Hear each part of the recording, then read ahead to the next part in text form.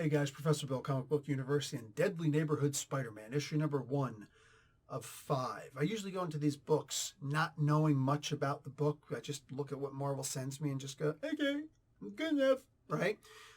In this particular case, very similarly, and I was disappointed when I got to the end of this book. Really good book. I think that most people will enjoy it in general.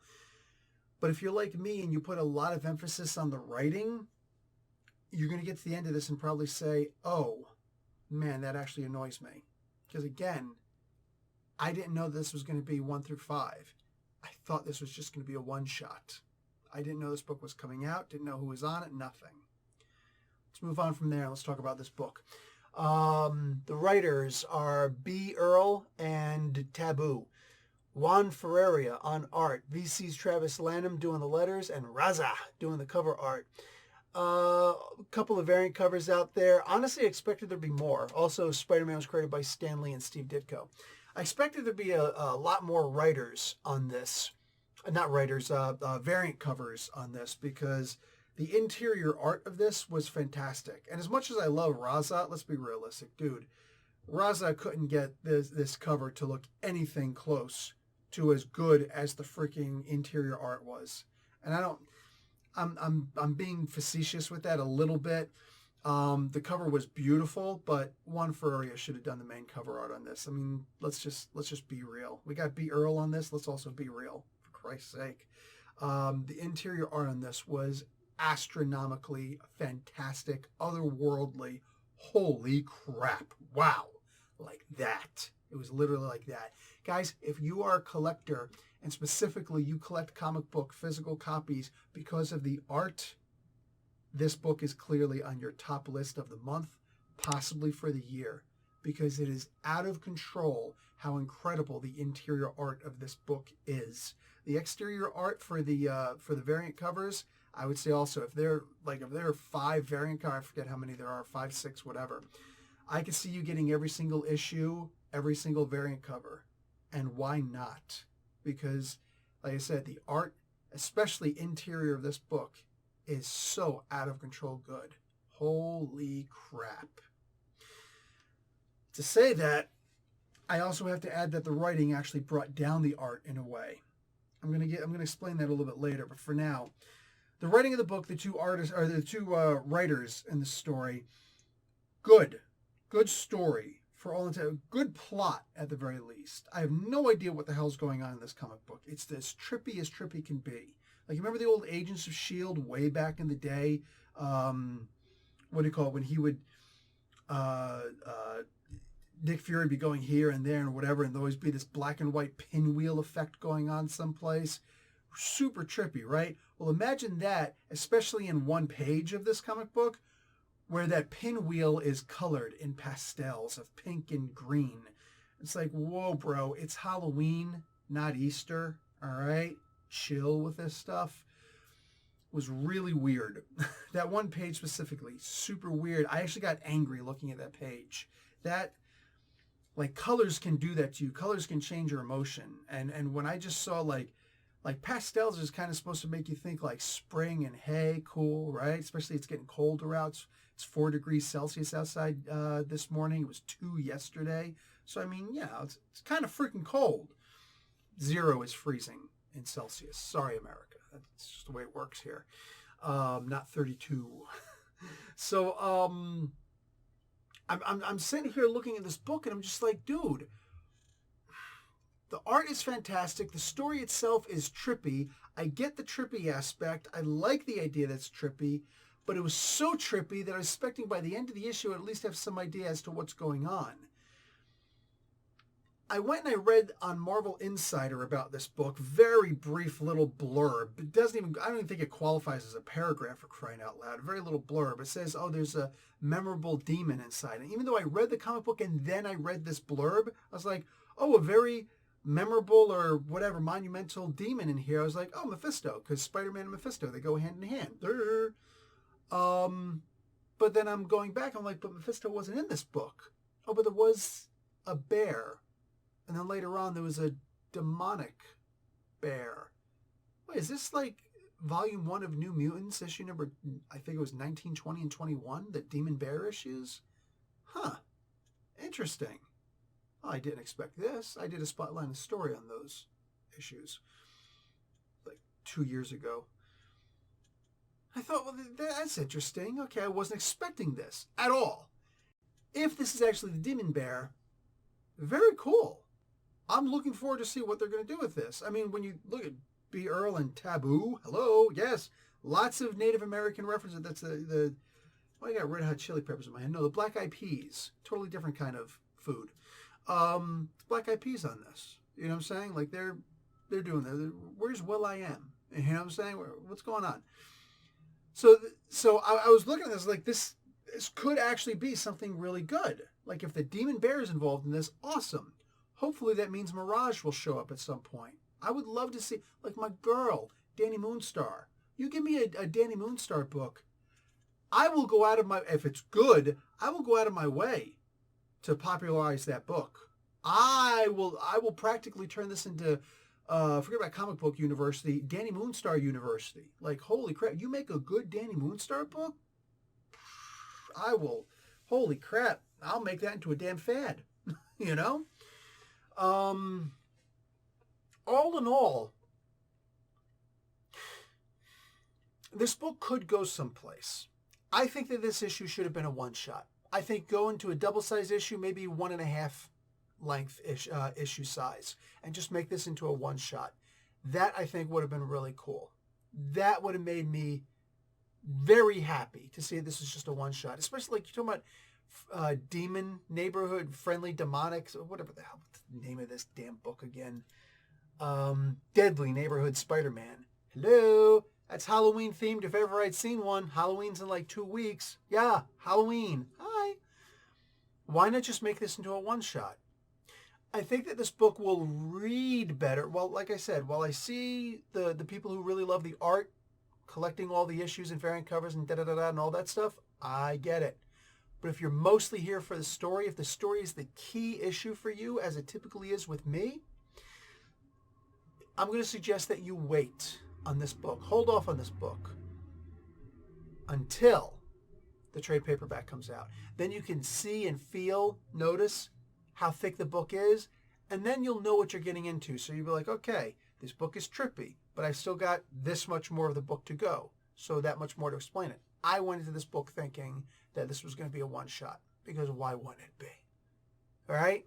I expected that, whatever. I think most people, when they get a comic book, they just want to pick up and read the comic book. At least that's how I am. And everybody's different. I get it. Maybe there's people who go into, they write a freaking thesis for the thing. They put all the outline notes and rough drafts in their Trapper Keeper. Okay, whatever, with their little freaking pocket protector on here. I don't know how some of you guys do it. Enjoy. You know what I'm saying? Me personally, I don't do that stuff. So whenever I see in the comments, well, you should have known what you're getting into. Oh, well, actually, thank you for your suggestion. Here's some suggestion for you. Shut up. You know what I'm saying? Everybody's different. Everybody's different. The way that I go into comic books is I say, I want to be surprised. I want to be shocked. I want to go in and just say, I had no idea what this book was. Let me open this up. Holy crap. I always leave the opportunity for that. So when I'm looking at this book, and I get to the end, and the thing that pisses me off the most is it says, hey, look for part 2. I go to Marvel Insider, and it says, hey, there's going to be 5 issues of this. I'm like, fuck. I'd rather just wait for the trade paperback. It's an issue number 1, though, and I happen to have a review channel. Coincidence? I think not. I look at this, I'm just like, you know what? Let me just read this book, and let me see what's up. Let me see what's what. So that was my take in general. As far as the writing, very specifically, I'm going to give you this example. Why I think that the writing on this could have been better. If you're going to have something that's as trippy as this, and here's what you do. You don't just have the 2 writers in a room and they're talking with each other. No. You also get Juan Ferreira in the room too, if he's doing all the art. And if you got to fly him out, or if you got to freaking sit down and just do a Zoom chat, because, you know, that's more economical on many fronts. And you have the 3 people involved in putting together a story. You say, hey, we want to do this and this and this and this and this. What do you think? And then Juan can say, he doesn't have to be like, well, I think you should also have this character in it. Sure, if you want. I don't know. I don't care. But he can easily say, okay, so you want to go from this scene to this scene. Here's how we do it. Instead of the way that it was done in this. Because here it was clearly Ferreira just taking direction and following those directions to a T. Because we will go from one panel of this to another panel of that. And there's no transition. And look, if you were going for the shock value, that could work, but the whole comic book can't be shock value. Because at some point you're just like, oh, this is happening again. And that's when there should be a bit of a transition. That's when you have somebody sitting in a park and they're talking and da-da-da-da-da-da-da. And then all of a sudden, and this is not what happens in the book. And then all of a sudden you just switch to the guy is talking to the devil in hell and there's fire everywhere. That works the first time because there's the shock value. But the second time it happens like, okay, this is a bit much at this point. That's where you can just have the guy sitting in a park looking at, the part, whatever, about feeding the birds. And then one of the birds turns up and says, hey, man, you're tripping right now, right? Or you're dreaming right now, right? And he goes, oh. And then the camera kind of pans around, and that's when you suddenly see the fire, and he's talking to the devil, and whatever the hell it is that you're going to do. I'll give you an example of the real world, so to speak, the movie Gladiator, right? You can go and watch the movie Gladiator again, because this is what came to my mind. When I think of transitions, this right away came to my mind. Every single time that Maximus, and I haven't seen this movie forever, I got to go watch it again now. Every time that Maximus was about to get into, was in some kind of a fight and a moment happened where he thought he was going to die, right? Either he's just choosing to remember his family and what's going to happen or whatever. The foreshadowing, it wasn't just him standing in a field and he's looking and seeing his family, the family that was killed, right? This, that, and the other thing. No, none of that happened. In between all those scenes, there would be a moment where he would just be like, and looking around, like you'd see him kind of dazed or whatever. And then there'd be the scene of him walking in the fields of Elysium, his fingers gently caressing the wheat stalks that in some ways were waiting for him. In other ways, he'd been farming them the whole time, right? And you saw those and it would kind of bounce back and forth to, him looking around and everything. And then you would see his family out there. And then he'd be brought right back to the reality again. Whether it was a cold shock or a slow transition into that, this is what happened. And every single time that transition scene happened, the transitions themselves, like it was like, oh shoot, we're being pulled into this now. And then your focus is on it because it was a foreshadowing. It was something, it meant something, and it was incredible. And it just it sucked you into the movie even more. You forgot that there were people sitting around you, a lot of them who you don't know. You forgot about their smells, good or bad. You forgot that there was popcorn with a little too much of that fake buttery topping stuff in it, right? Sitting on your lap. You forget all these things, and you're there. You're there. And that includes if you're watching it on TV. That's what I would like to see in a comic book. And I think that if B. Earl and Taboo had more experience doing this, if they looked more into what it means to be a good writer, if they looked more at the movies that they loved, that we all love, and decided to write like that, if they understood that there's a difference between storytelling and writing. When you're speaking, when you're doing oratory, you could pause, like I just did, and let people sit on what you're about to say, a hanger-on, and let them think about, oh, he's pausing for dramatic effect. How do you pause for dramatic effect when you're writing? Oh, there's a way to do it, but it doesn't involve just like a blank panel. No, there were no blank panels in this, but do you understand what I'm saying? There are things that happen in here. There was a scene in here, now that I'm thinking about it, where he's fighting a regular bear. He makes a joke. There's a panel where he's fighting further, but there's no words in it. And then the very next panel, he continues his quip, his joke, And it's like, that felt weird that there's a panel with no speaking in it. Why? That didn't make sense to me. there was no reason for it. You could have just taken out one of those panels and put something else in there. Conservation of words, conservation of panels, conservation of the art of what you're trying to do, conservation of the story. Shorten it a little bit. There are a lot of ways to make this story better. And I would have liked to have seen that, especially considering that I got to the end of this and I'm more confused than anything. I'm like, I have no idea what's going on for the most part, in general. Very little idea of what's going on here. And you're saying there's going to be a part 2. And then I go online and I look at there's actually 5.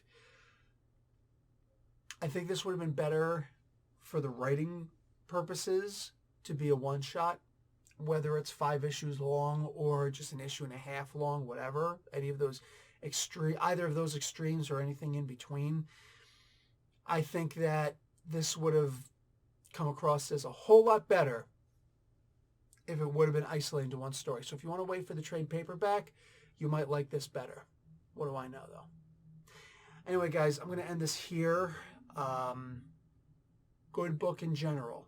But there were a lot of things that were left on the table that could have been incorporated into this book. But it is what it is. Anyway, guys, like the video, watch an ad. Professor Bill, Comic Book University. Class dismissed.